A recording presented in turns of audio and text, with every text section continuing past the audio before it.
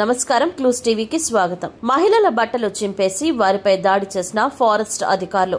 భద్రాద్రి కొత్తగూడెం జిల్లా బూర్గంపాడు మండలం 20 గ్రామ పరిధిలో గిరిజనులపై దాడి చేసిన ఫారెస్ట్ అధికారులు 30 ఏళ్లుగా సాగు చేసుకుంటున్న పోడు భూమిని లాక్కోవడానికి జేసీబీలతో వచ్చిన ఫారెస్ట్ అధికారులను అడ్డుకున్న గిరిజనులు. దీంతో మా భూములు లాక్కోవద్దని వేడుకున్న గిరిజనులపై విచక్షణారహితంగా దాడి చేసిన ఫారెస్ట్ అధికారులు.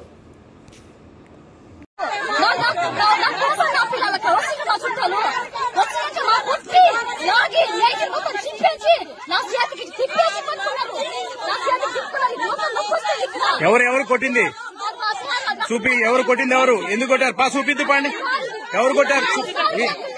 కొట్టారా?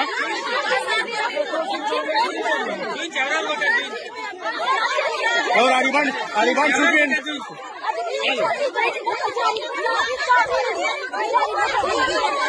కొట్టింది